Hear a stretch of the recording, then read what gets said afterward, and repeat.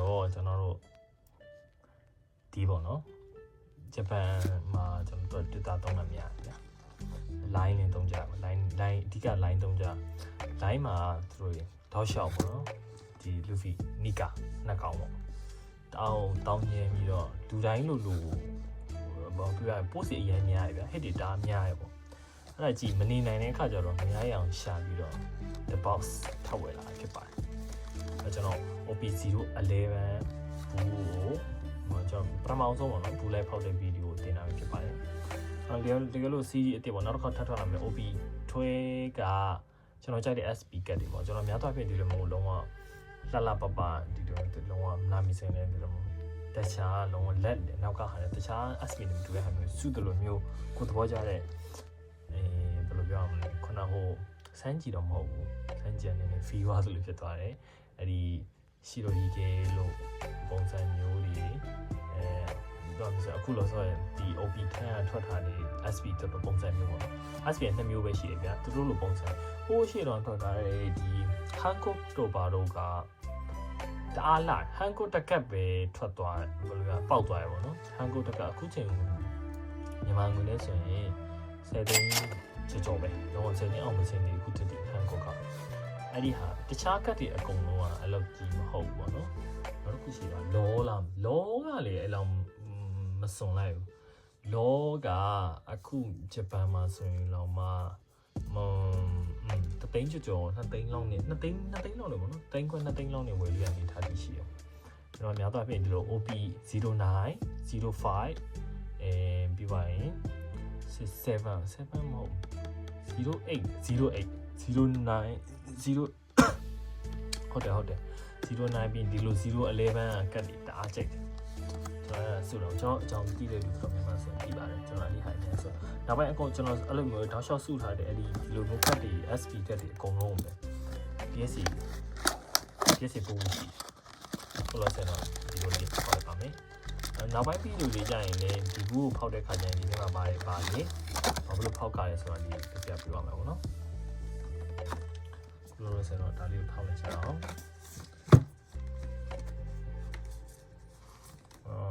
ဝိတ်ကတော့မချိန်ကြတော့ဘောနော်ဟိုတစ်ခါကဝိတ်ဒီချိန်နေ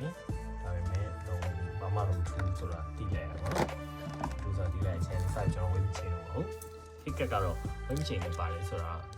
ဟိုတင်ထုတ်တယ်ရင်းဆုံးဖောက်လိုက်ပါမယ်ခင်ဗျပြီးတော့မှဆိုရင်ဖောက်ရင်းနဲ့မပေါက်ဆိုရင်လက်တွေတုံလာပြီးတော့မဖောက်ချင်တော့ဖြစ်လာဒါဖောက်တဲ့လူတွေတိပါတယ်မပေါက်လုံးဝနောက်ဆုံးချိန်ကြီးမပေါက်ဘူးဆိုရင်ပူပြီးဖောက်ကြတော့လက်တွေတုံလာဟိုတစ်ခါကဆိုရင်ကျွန်တော်ဖောက်ပြီးတော့ဒီလက်တအားတုံပြီးတော့ဘယ်လောက်ကြည့်အောင်ဆိုလဲဆိုတော့ hiccup ပေါက်တဲ့ဟာပြုတ်ကြညီကြီးပေါ့ကြာပါပြီကျွန်တော်ဒီ one piece လေးစောင့်နေတာတော့ညီကြီးပေါ့ပြုတ်ကြလေပြောကောင်းတယ်ပေါ်သွားတာတော်သေးတောင်းနဲ့မကြဘဲလုံးဝပြင်လိုက်ကြတော့ပြင်လိုက်ကြပြီးတော့အဲ့လိုမျိုးတအားကြီးဘယ်လိုပြောမလဲပြန်ကောက်တဲ့အချိန်မှာဒီညီကြီးအသားနဲ့ပုတ်ပြီးတော့ပုံဘယ်လိုချစ်ရတယ်ပေါ့မျိုးကြိုက်ကျွန်တော်ဖမေရအဲ့ဒါဟိုဟာဒီဟိုဟာပဲရှန်ကပ်ပဲဒီအိုပီယာဟုတ်တယ်ဖမေရပီယာရှန်ကပ်ပဲပြရမလဲချက်ချင်းရောင်းလိုက်ရချက်ချင်းမရောင်းကြလဲမခံစားနိုင်ညံ့ပြီးတော့တယ်ကတိပါညံ့ပြီးကောင်း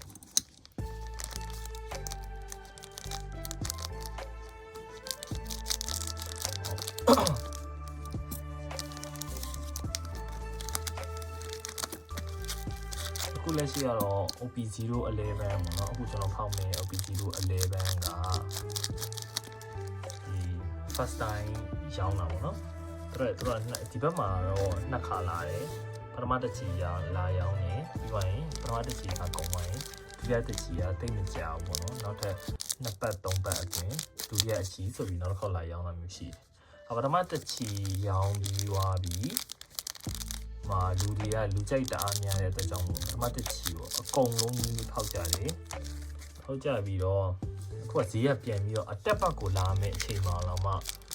စကြနေပြီပေါ့နော် ဆိုလူကြိုက်တာအများအတွက်ကြောင့်လူတော်တော်များများဖောက်တဲ့ခါကျတော့ဘာဖြစ်လဲဆိုတော့ hit rate ကြီးရန်ကတ်တယ်ဗျာကတ်တယ်ရမရှာဘူးဖြစ်quality အနေနဲ့ကတော့ကောင်းတယ်ပေါ့နော်ဘလူးပဲဖြစ်တော့ကောင်းပါတယ်ဒါပေမဲ့ hit သွားပြီးတော့မှကတ်ကစီးအများကြီးကြအောင်အမဝယ်တဲ့လူတွေတက်ကြတော့မကောင်းဘူးဆက်ဆောက်ဆုံးထွက်တဲ့ချိန်မှာဖြည့်ဝေပြီးတော့ကတ်ကောင်းပါလာဦးစားငိုတော့ပေါ့အဲ့လိုဖြစ်တော့ထုံးစံတိုင်းအကုန်လုံးဒီချင်းထုတ်လိုက်ပါမယ်ဆနတ်ထုတ်စီပဲကြောက်တော့မဟုတ်ဘူးဆိုရင်လက်ထတော့မကျန်ကတ်တရားဒီကောလေလီဒါပဲလေမဖြစ်တော့ဘူးပေါ့နော်ကြည့်နေရအခုလက်ရှိတော့လီဒါပဲလည်းမထွက်လာသေးဘူးကောပတ်လေးပဲဖြစ်ဖြစ်ဟွာပေါ့ပြန်လေဒီဆန်ကောနီကာလည်းကောင်းနေတဲ့ကောင်းဖြစ်မန်ဂါလေးပဲဖြစ်ဖြစ်ကိုမှတော်တော်လေးစင်ပြီးအဲ့ဒီကတခုခုဆိုရင်စင်ပြီးပါနော်ဟိုလည်းရရှိますမဂျပန်လိုပေါ့မြန်မာလိုဆိုရင်တောင်းဆိုပါတယ်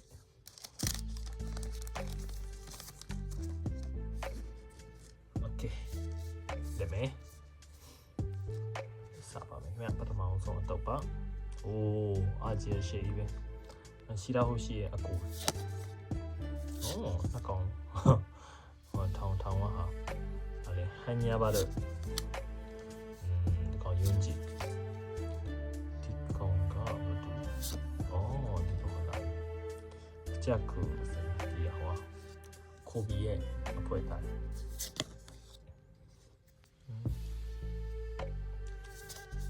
ကြည့်တကူချင်းလိုက်ပြောနေဂျာထဲမှာနေရတဲ့မဖတ်တဲ့ကောင်ကြီးတစ်တက်ပါမစို့တယ်မတော်လည်းပါမယ်ဟစ်ကတော့ box မှာဘာကွာလဲဆိုတော့ box ပေါက်ရင်ကကျွန်တော်တို့ဒီဗီဒီယိုလေးသိကြပါအခုမှ support တဲ့လူတွေအတွက် box ပေါက်နဲ့ back ပေါက်တာဘာကွာလဲဆိုတော့ back ပေါက်တာဒီ probability ပေါ့နော်ဘာကပေါက်နိုင်ချေရှိတယ်ပေါ့ကိုဘာကရလောက်တယ်ဆိုတဲ့ဟာမျိုးမသိကြအောင်အကန်ကောင်းရင်မန်ဂါရ SP ရမယ်လီဒါရမယ်အဲ့လိုပုံစံမျိုးဒါပေမဲ့ဘူးလိုက်ဖောက်ရင်ကြတော့ဘူးလိုက်ဖောက်ရင်လည်းကန်ကောင်းမန်ဂါရမယ် SP ရမယ်ဒါပေမဲ့ तू ကကြတော့နည်းနည်းကျင်းတည်တယ်ဗျာဟိုဘက်ကရမယ်ဆိုတာလည်းဆိုပေမဲ့မရနိုင်တာလည်းဖြစ်နိုင်ဘူးလိုက်ပေါက်တဲ့လူတွေတော်တော်များများဘူးလိုက်ပေါက်တဘူးမှာအကျဉ်းတည်တာဂျပန်ပေါက်ဘူးတွေပေါ့နော်ဂျပန်ဘူးဆိုရင်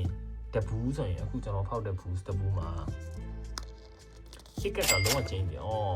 ဂျင်းဘေးထွက်လာတယ်ဂျင်းဘေးတော့လုံးဝမကြိုက်ဘူးကောင်း900ကျော်ပဲရှိရင်လုံးဝလာပါဗျာဂျင်းဘေးရတော်တော်900ကျော်ပဲရှိစီတော်ကြဂျင်းဘေးကမကြိုက်ပါဘူးဒီလိုဆိုရင်တော့ဆိုရင်ဟစ်ကက်တကက်ထွက်သွားပြီဗျာဒီမှာအဆာတကက်ထွက်သွားပြီဆိုရင်ကျင်းတည်တယ်ကျွန်တော်မမှန်းတော့နောက်ပိုင်းကက်တွေအကုန်လုံးကနောက်ပိုင်းအခုကျွန်တော် channel အထုတ်တင်နေဒီကက်တွေကဆိုရင်ပေါက်နိုင်မယ့်အရာကန်တာအကောင့်ရဲ့ leader ထွက်လာမယ်ပြီးနောက်တစ်ခုက leader ထွက်ရင်ထွက်မယ် go back ထွက်မယ်နော်အဲ့ဒီဟာမဟုတ်ဘူးဆိုရင်နောက်ထပ်အဆာ3ကက်ထွက်ဖို့ chance ရှိတယ်အဆာ3ကက်ထဲမှာကန်ကောင်းနေဆိုရင်နောက်ထပ်အဆာ2ကက်ပဲထွက်တော့ဟုတ်တယ်သူဒီလိုမျိုး hit ကက်တစ်ကက်ပါတယ်ဆိုရင်အဆာ3ကက်လိုက်မယ်သူ့နောက်မှာပေါ့နော်ဒါသူကပါမယ်ဆိုရင်4ကက်ပဲထွက်တာဆိုတော့ကြောင့်မလို့အဆာ3ကက်နဲ့ဒီကောင်နဲ့ထွက်မလားဒါမှမဟုတ်အဆာ4ကက်နဲ့ဒီ SCC တော့ထွက်မလားဆိုတော့တွက်လို့ရအောင်ဗျဟုတ်ဆိုဒါဆိုရင်ကျွန်တော်ပြီးသွားပြီပေါ့ပြီးသွားဆိုတော့ပြောလို့မရအောင်ဒီဒါဟိုမှပဲလေထွက်လာရင်လေထွက်လာနိုင်တယ်ရှိတော့ဟုတ်ကြည့်ဒီကြတော့နောက်ထပ်အဆာဘယ်နှကက်ထွက်မလဲဆိုတော့စောင့်ကြည့်အောင်ပေါ့နော်ဆိုတော့နောက်မှလည်းလက်နေနှစ်ကပ်ကိုမြင်ရပါဆက်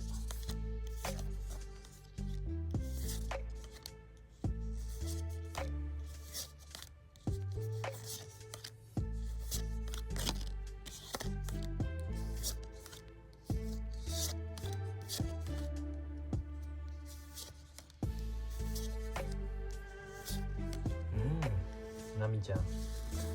ちゃんထွက်လာပါလေထွက်လာပါလေရိုမီကို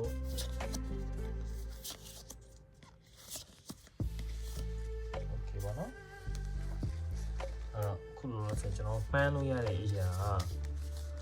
နောက်တဲ့အစာတကက်ထွက်လာမလားအဲ့ဒီအစာအစာမှာ SCC secret တကက်ထွက်လာမလားပြီး leader တကက်ထွက်မလားဒါကျွန်တော်မှန်းလို့ရတယ်လုံးဝထုံးစံပေါ့နော်နောက်တော့ဒါလူတိုင်းဖောင်းနေတဲ့လူတိုင်းတော့သိပါတယ်ဒါပေမဲ့တချို့ဒီပေါ်တော့မှစားလို့မရဘူးစိတ်ဝင်စားတယ်ဘယ်လိုလဲဆိုတာမသိတဲ့လူတွေအတွက်ကြတော့ခါရဲကြည့်ပြီးတော့နောက်ထပ်ကြည့်ပါမယ်သိပါအောင်လို့ပေါ့နော်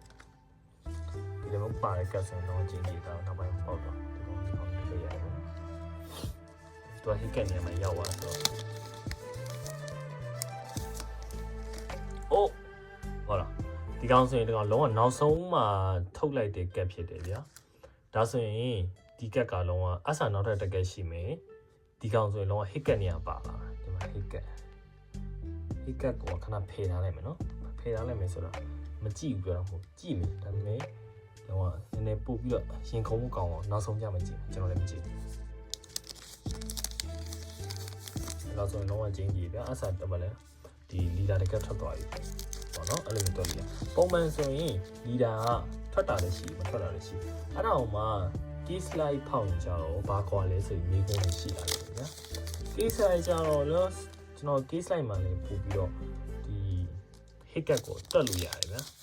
ဘယ်လိုတွက်တာလဲဆိုတော့ဟိုဒါ TV သားလို့ရှိမှာပေါ့နော်ကျွန်တော်ဆိုရင် case တစ်ခုမှာ SP က2ကပ်ပါမဟုတ်ဒီ OP11 ကိုပြောနော် OP11 SP ကိုကျွန်တော်2ကပ်ပါတယ်ဆိုတော့ဘယ်လိုပြောချင်တာလဲဆိုတော့ရိုဒနာပေါက်နေတဲ့ SP ပေါ့နော်အခုကျွန်တော်ပြရတယ်ဒီအခုတော့ပေါ်လာလိမ့်မယ်ဗျာအဲ့ဒီအခုပြထားတဲ့ဒီ SP 6ကပ်တည်းတကက်အပြင်မှာ event တဲ့ OP11 နေစလို့တယ်OP10 နေစလို့တယ်လို့ကြောင့် event ကတကက်က case တစ်ခုမှာတကက်ချင်းပါပဲပုံမှန်အရင် case မှာဆိုရင်တော့ဒီ OP10 ကနေပြီးတော့ OP10 ရဲ့ဒီတခြား case မှာဆိုတော့ကြည့်ရသလောက်ပေါ့နော်အကုန်လုံးက SP တကက်ပဲပေါက်တယ်အဲ့တော့ case တစ်ခုဖောက်မယ်ဆိုရင်ဘူးကကျွန်တော်12ဘူးပါမယ်ဗျာ12ဘူးထဲမှာ SP ပါတဲ့ဘူးကတဘူးချင်းတည်ဘယ်လို case slide ဆွဲတယ်ဆိုတော့ပိတ်ထားပြီးသားလုံးမဖွင့်ရသေးတဲ့ case slide ဆွဲတယ်ဆိုရင်ဒါထုံးစံမယ်ဘယ်လို SP တကက်ရမယ်ပြီး leader 2ကက်ချင်းတည်အခုလိုမျိုးကက် leader 2ကက်ပါမယ်အဲ့လိုပြီးရင် box တွေမှာတော့ခုနတိုင်းကြည့်လိုက်အောင်ပဲပေါ့နော်ခုန box တွေမှာဆိုရင်အဆာ၄ကက်ထွက်ထားရင်ဘယ်လို ACC တကက်ထွက်မယ်လောကချင်းတည်ဒါတွက်လို့ရACC တကက်ထွက်ထားရဲဆိုရင်အဲ့ဒီကောင်ကနောက်တဲ့အဆာ3ကက်ထွက်ပြီးသွားမလားအဆာ4ကက်ထွက်ပြီးသွားမလားဒါမှမဟုတ်အဲ့ ACC အနောက်မှာ SP ပါလာမလားဆိုတဲ့ဟာလေးရှိသေးအဲ့လိုမျိုးကျွန်တော် probability နဲ့တွက်ပြီးကြတော့များသောအားဖြင့်ကိုတအားကြိုက်တဲ့ case တွေပေါ့နော်အဲ့တော့ဒီလိုမျိုးအခုလိုကက်တွေပေါ့အခုဒီ OP11 ဆိုပြန်တအား hit ဖြစ်တာဒီတအား hit ဖြစ်တဲ့ကောင်မျိုးဆိုရင်ကျွန်တော်တို့ဆွဲတယ် case slide ဆွဲလေဆွဲပျော်တယ်ဗျာအဲ့ဆိုနီကာ2ကောင်လောက်ပါဟာဗျာနီကာ2ကောင်လောက်မှရှိသေးရဆိုတော့လူတော်များများကြိုက်တယ်ဗျာအဲ့တော့ဆွဲကြအချမ်းလေးဟာလေးထပ်ပေါက်လိုက်ပါမယ်ဒါကြီးဟိုပြတော့ပေါ်ပါလေးဆွဲလိုက်ရမယ်နော်ဒီကောင် Gear 2ကိုသူ event ကိုဟိုကလောက်ထားတာအားလာနောက်မှဒီမှာအခုကျွန်တော်ပြလိုက်မယ်ဒီကောင်လေးကျွန်တော်တော့မှအဲ့ဒါကျွန်တော်အများပြောမှဆိုအဲ့ဒါ chase တာဗျာကျန်တဲ့နှစ်ကကျွန်တော်မရှိဘူးလားမန်ဂါအဲ့တော့မချိုက်လူဖီရဲ့ဒီ SP နှစ်ကက်ရဲ့ပြီးရင်ကျွန်တော်အခုဟိုပါပေါ့နီကာပေါ့နော်စံကောနီကာနှစ်ကက်ရဲ့ဒီ OP11 မှာရှိတဲ့ SP အကုန်လုံးရဲ့စုဖို့ရှိတယ်ဟိုလို့ဆိုကြောင်းကိစ္စရင်းနဲ့စုဖြစ်ဒီကောင်ကဒါလက်နေဒီကောင်လေးပေါ့နော်ဘယ်လိုဖြစ်မလဲဆိုတော့ကပူဒင်းမဖြစ်ပါတယ်ဟုတ်ပါပြီဒါဆိုရင်ပြီးသွားပြီဗျာဒါဟိတ်ကက်လေးကလုံးဝပြီးသွားပြီACC ထွက်ရင်တော့လုံးအတိုင်းထက်လုံးမယ်ဆိုရင်ဒါထွက်ဖို့ chance ကတော့မရှိတော့ဘူးပေါ့နော်နောက်ပိုင်းကက်စီကဒီတိုင်းကြည့်သွားလို့လည်းရအောင်အကုန်လုံး normally ပဲဆိုတော့နောက်ထပ် SC တကယ်ထွက်တော့မှာမထွက်ပါဘူးနော်ကျွန်တော်အထင်ပြောတာပေါ့နော်ကျွန်တော်အထင်ဆိုရင်တော့အစတုံးကပဲတဲ့တကတ်ထွက်မယ်ဒီကောင်ပေါ့နော်ပဲလေတို့ full art တို့ခေါ်တာကျွန်တော်ရေးပြီးပါပြီကျန်တဲ့ဟာကောင်းတော့ဒါတစ်ခါလေးပြလိုက်တာပေါ့နော်ကျွန်တော်ကြံမင်းဟာလီဒါတစ်ကောင်ကြံ box တစ်ခုဖောင်ကျွန်တော်အမြင်နဲ့ SP ပဲမှန်တယ်ဘာလို့ကျွန်တော် SP ပဲဆိုတာအဲ့တော့ OP10 လို့လိုမျိုးဆိုရင်ကျွန်တော် box မဖောင်ဘူးဆိုတော့တိတ်ကြိုက် SP ပဲကြိုက်လို့ကြိုက်တယ်တိတ်ကြိုက်ကဲတော့ကျွန်တော်ဒီတစ်ခါလီတာပေါ့နော်လီတာမှာကျွန်တော်ကြိုက်ဆုံးကောင်နာမီပဲကြိုက်နာမီရဲ့ပြီးဒုတိယကြိုက်တာဒီလူဖီနာမီနဲ့လူဖီ